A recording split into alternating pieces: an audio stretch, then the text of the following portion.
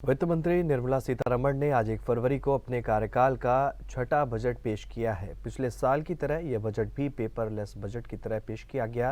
ये 2023-24 का बजट स्वास्थ्य और किसानों पर केंद्रित था। हालांकि इनकम टैक्स स्लैब में कोई भी बदलाव नहीं किया गया है और बजट पेश होने के बाद लोगों की तरह तरह की प्रतिक्रियाएं भी आनी शुरू हो गई हैं। वहीं बजट पर नेताओं समेत जनता ने क्या कुछ कहा है, आइए आपको सुनाते हैं।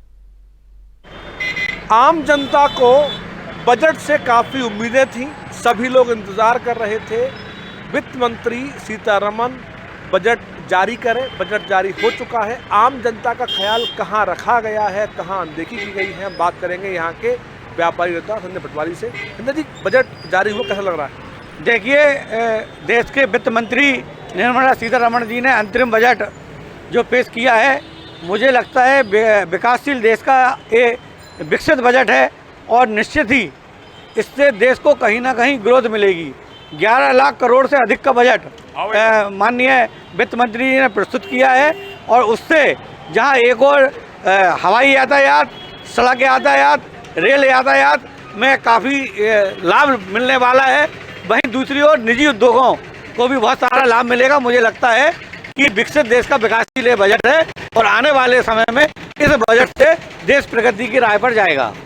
आम जनता का ध्यान नहीं रखा गया क्या? नहीं, बिल्कुल रखा गया। एक और जहाँ चिकित्सा में लाभ दिया गया, सोलर एनर्जी में लाभ दिया गया, शिक्षा में लाभ दिया गया, ट्रांसपोर्ट और लॉजिस्टिक में लाभ दिया गया और जहाँ निम्न वर्ग की बात करें तो निम्न वर्ग का कहीं ना कहीं ख्याल रखा गया है। इस बजट में कहीं कोई परिवर्तन नहीं किया गया है। जो आयकर की छूट है उससे में कहीं कोई छेड़छाड़ नहीं की गई है। सरकार का ये सोच थी कि हम बिना किसी छेड़छाड़ के निम्न वर्ग के लोगों को किस तरह से राहत दें। मुझे प्रसन्नता है कि सरकार ने लाभ दिया है और सूक्ष्म और लघु उद्योग को बढ़ावा देने के लिए तमाम उन्होंने योजनाएं भी रखी हैं। तो मुझे लगता है ये बजट देश के विकासशील देश के लिए उचित होगा। अपोजिशन कह रही है कि बिल्कुल बेकार बजट है, सारे वर्गों का ध्यान रखा नहीं गया। कुछ तो लोग कहेंगे विपक्ष का काम है कहना, ये विपक्ष का काम है। विपक्ष अपना काम कर रही है, सरकार अपना काम कर रही है। मुझे लगता है कि वर्तमान में जो बजट है वो देश हित में है और राष्ट्र हित में है और इससे देश प्रगति करेगा। बेटा, नाम क्या है आपका? नाम आपका? हाँ, राजकुमार जैन है। राजकुमार जी, क्या उम्मीद थी बजट से और कितना उम्मीद खरा उतर पाई? उम्मीद के अनुरूप आया है बजट और अच्छों को बुरा साबित करना दुनिया की पुरानी आदत है। अच्छे काम में विपक्ष का रोड़ा अटकाना एक मुख्य मुद्दा है इस देश के लिए, जो सारी जनता अच्छी तरह समझ चुकी है इसको।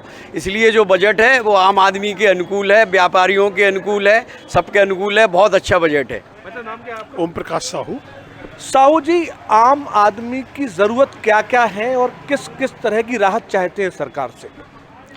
आम आदमी की ज़रूरत के अनुसार तो आम आदमी को सारी चीज़ उपलब्ध है, बाज़ार में हर चीज़ उपलब्ध है।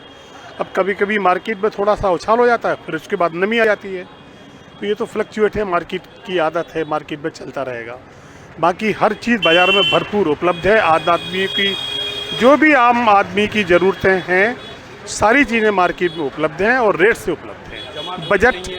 बजट अच्छा है, आम आदमी के अनुकूल है, जनता के अनुकूल है और बाकी तो सारी चीज़ें उपलब्ध हैं। जैन साहब, लगभग 3 करोड़ मकान बन चुके हैं पीएम आवास के अंतर्गत। 2 करोड़ मकानों का लक्ष्य और रखा गया है। तो क्या ये आम जनता के हित में फैसला है? बहुत उचित फैसला है सरकार का। अगर ऐसे ही मकान बनते रहे तो हमारे जो बेघर देशवासी हैं उनको एक सर के ऊपर अच्छी छत मिलेगी और मोदी जी के लिए, बहुत देश के लिए बहुत अच्छी लाभकारी योजना गरीबों के लिए लाए हैं, जिन्होंने सपने में नहीं सोचा था हमारे सर के ऊपर छत होगी। वो इस मोदी सरकार की वजह से उनको छत उपलब्ध हो रही है। गरीबों की दुआएं उनके साथ हैं। 2024 उनका ही रहेगा और 400 प्लस सीटें उनकी आएंगी। वैसे नाम क्या है आपका? राजीव द्विवेदी। राजीव जी, क्या उम्मीद थी व्यापारी वर्ग को बजट से? बजट से तो सदा हमेशा उम्मीद रखते हैं हम लोग, व्यापारी लोग, और फाइनली इनकी सरकार से ब्लाइंडली कॉन्फिडेंस है कि हित में कार्य कर रहे हैं और आगे भी करते रहेंगे और हम लोगों को कोई आपत्ति है नहीं है जहाँ तक है। और थोड़ी बहुत तो बुराइयाँ निकलती हैं तो उसमें विशेष ध्यान नहीं दिया जाता है। फाइनली सब बढ़िया है। व्यापारी वर्ग चाहता क्या है, उसको और राहत कैसे मिले? व्यापारी वर्ग के लिए ये सरकार को एक व्यापारियों के संगठन को बुलाना चाहिए, अपनी बात रखने का मौका देना चाहिए और एक दूसरे से आदान प्रदान चाहिए। कोई समस्या है, कोई पीड़ा है तो उसके लिए अपने विचार रखना चाहिए और सहयोग करना चाहिए, क्योंकि ये सरकार ही एकमात्र ऐसी है कि जो व्यापारी हित में काम कर सकती है, अन्यथा किसी को उम्मीद है नहीं है। तो हमारा तो निवेदन है कि सरकार व्यापारी को बुलाए और अपना अपना पक्ष रखने का मौका दे, जैसे सबको देते हैं ऐसे हमको दें। वंदे भारत ट्रेन जैसे कोच बन जाएंगे, लगभग 30,000 कोच की योजना है, कितनी राहत रहेगी आम जनता को? नहीं, देखिए, वंदे भारत एक दूरगामी तो है ही, गतिमान है और एक स्टैंडर्ड मेंटेन है। इसके अलावा जैसे हम पहले 8 घंटे में यात्रा करते थे, हम 4 घंटे में कर रहे हैं, तो समय की बचत, मतलब वनडे में हम आउट जाना आना कर सकते हैं। ये तो कुल मिला के आम जनता लगभग राहत में है, लेकिन छोटा आदमी कह रहा है कि उसको छल लिया गया। संजय जी, देखिए, छोटे आदमी की बात कर रहे हैं तो आज बजट में आया है कि 3 करोड़ से अधिक महिलाओं को लखपति बनाने की योजना है।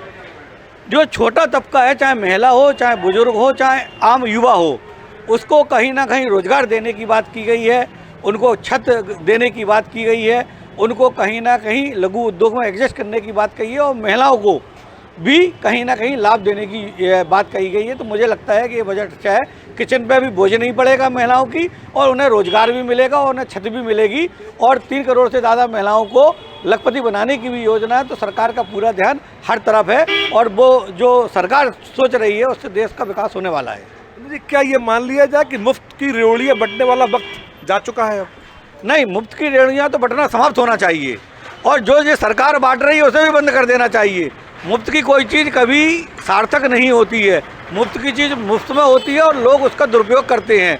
तो मेरी सरकार से, आपके चैनल के माध्यम से अपील है कि मुफ्त की बांटना बंद करें, लोग अपनी मेहनत करें, अपनी मेहनत से कमाएं और इस देश को आगे बढ़ाएं। तो आम जनता को जो सुविधाएं मिल रही हैं वो काफ़ी हैं, लेकिन जो मुफ्त की रेवड़ियाँ हैं उसको बंद किया जाए। कुलदीप बॉस, जम न्यूज़।